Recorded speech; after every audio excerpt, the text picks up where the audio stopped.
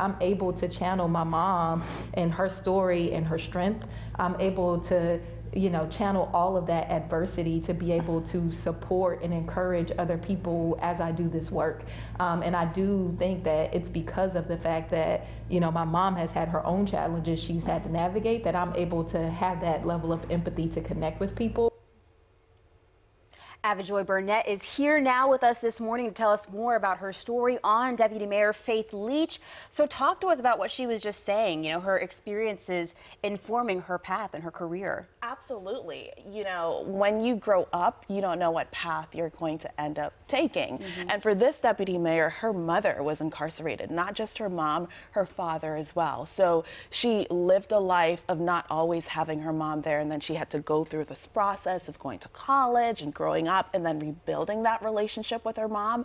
And so she said she knew absolutely that this would guide her into the field that she's in right now. Wow. And actually, we shot the story back in May, and I met her at that time when they were doing a story about how they would help young people whose parents are incarcerated. And I was like, we gotta talk to this lady. We gotta get their story. And her mom's story is absolutely powerful.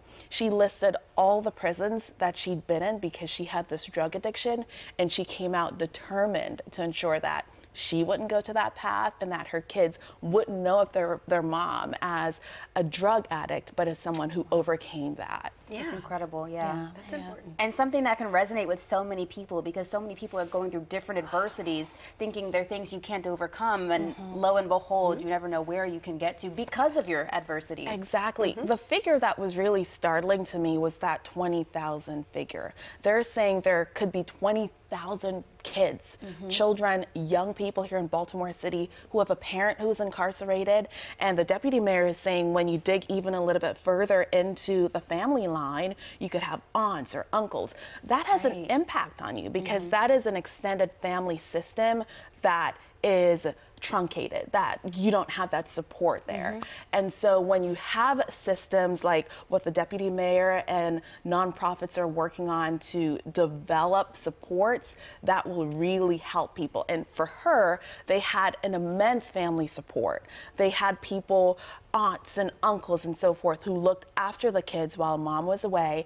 And when mom came back, they supported mom to be a great mom. That's good. And what was it like for you putting together this story? It's just so compelling. I mean, it's incredible. I'm happy that you asked that question, Sina, because our photographer, Lance Thomas, he shot the story with me, and he had a very similar story with his mom. Wow. And he said he was asking questions in the interview because he had that experience as well of growing up with an extended family member and then learning to, live with his mom after a certain period of time. And now they too have a very close relationship.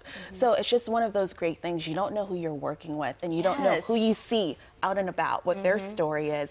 And it really lets people know that you can overcome many of the challenges in your life. Well, thank you so much for story. joining us and sharing this story, Ava-joye. We really appreciate it. Thank you.